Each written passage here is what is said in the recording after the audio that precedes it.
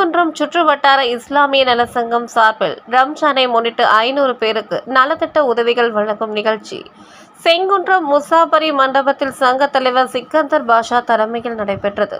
முன்னதாக ஆயிஷா பள்ளிவாசல் துணை இமாம் அபுல் ஹாசன் பிலாலி கிராத் ஓதினார். சங்க செயலாளர் சேட்பா, பொருளாளர் பாபுபாய் ஆகியோர் முன்னிலை வகித்தனர்.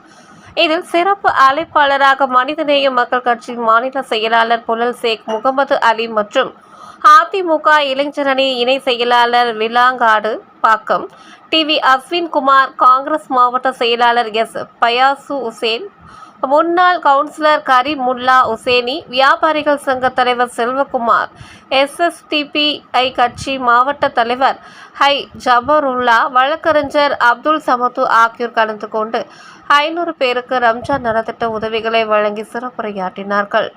நிகழ்ச்சியில் ஜம் ட்ரஸ்ட் நிறுவனர் ஜனவாஸ் மற்றும் சங்க நிர்வாகிகள் ஐயாத் பாஷா, முகைதீன் பாஷா, எம் பாபு, அல்தாப், தஸ்தகீர், அலி, உஷேன், பஷீர், அகமது, சாகுல், அப்துல் கரீம், மாபு பாஷா உட்பட ஏராளமான நிர்வாகிகள் கலந்து கொண்டனர்.